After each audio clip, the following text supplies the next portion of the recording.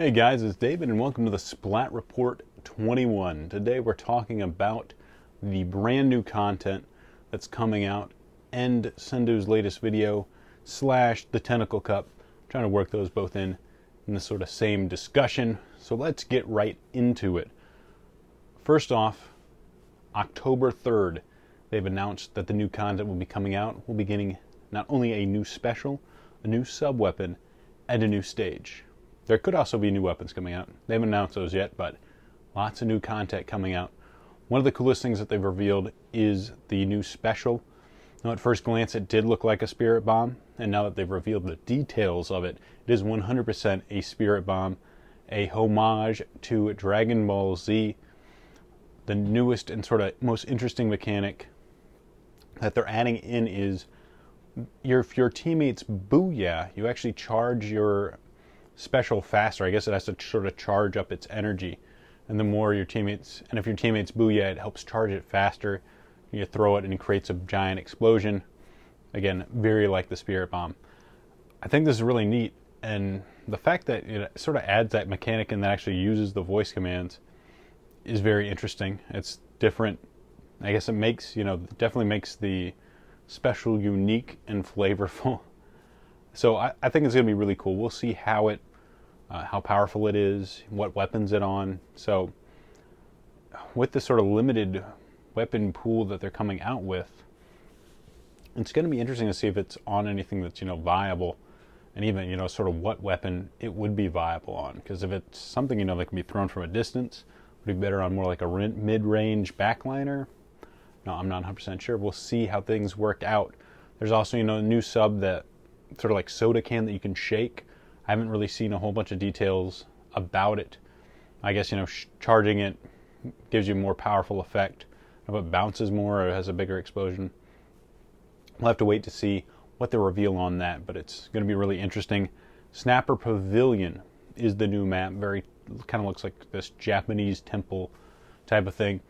And Nintendo UK had some interesting wording about it. It said it was the last new stage to be added.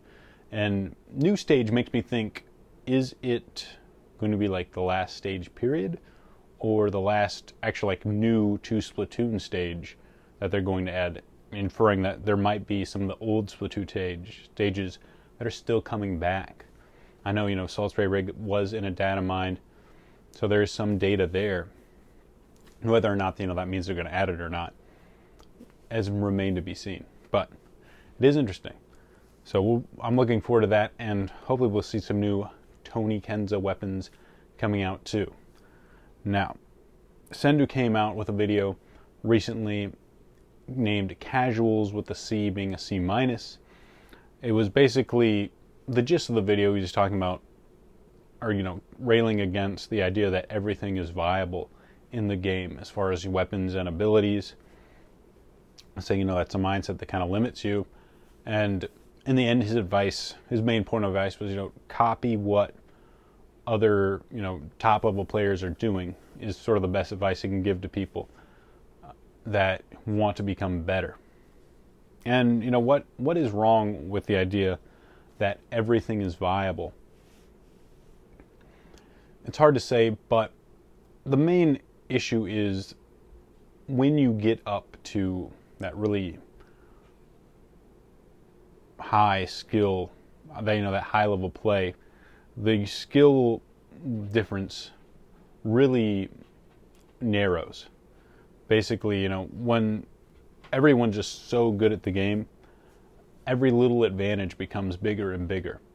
And even in X, it's kind of weird because I know I was just tweeting this out, that X is kind of the only rank where you have people that win 50% of their games and people that win 80% of their games playing together. It's that big of a gap. When you think about the sort of lower levels, everyone there's certainly people that are better than each other, but there's nobody that wins, that big of a disparity in terms of win percentage, because people that win more just go up in ranks. But once you reach X, you've got no other place to go. So if you really want to sort of push to the edge of where you can go, you have to give yourself the best opportunity to do that. Now, does this mean everyone has to play top tier weapons or you have to limit yourself? It all depends on what you want to do. I think his main argument is against people coming to him and saying, you don't know what you're talking about. This should, I play arrow spraying and I win all the time. I play Splat and I'm getting tons of kills. And that is the hard part of trying to convince people, that weapons are bad. Is I think the main way people form their opinions is their own experiences. And when you're trying to argue against someone's own experience, or even someone's taste, or in some cases where people playing weapons, it's almost like their identity, like I am the Splat main, then it becomes a lot harder to convince people to change or look at it differently. And when you're even coming from a place where you're an actual expert, even that can be hard sometimes, because you're almost coming in and saying, I'm really good at this game and your opinion's wrong. I'm sorry, but look at just how good I am at the game, and you'll realize that you are completely wrong.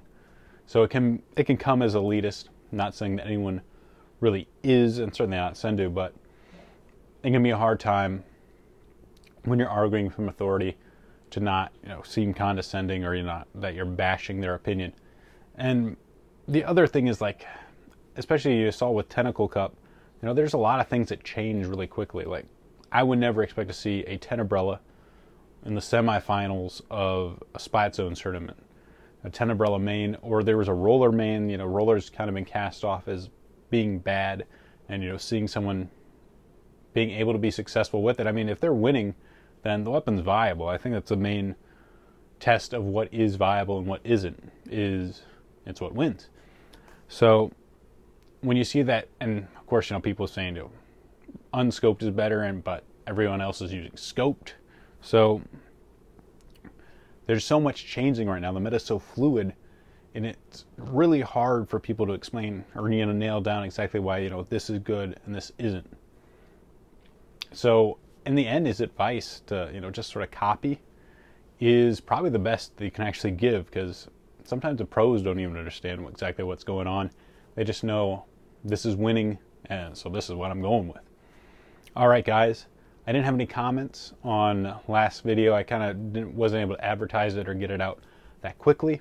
But one thing I do want to announce, I'm going to bring back SplatReport.com, so look forward to that coming up. All right, guys, that is it for the video.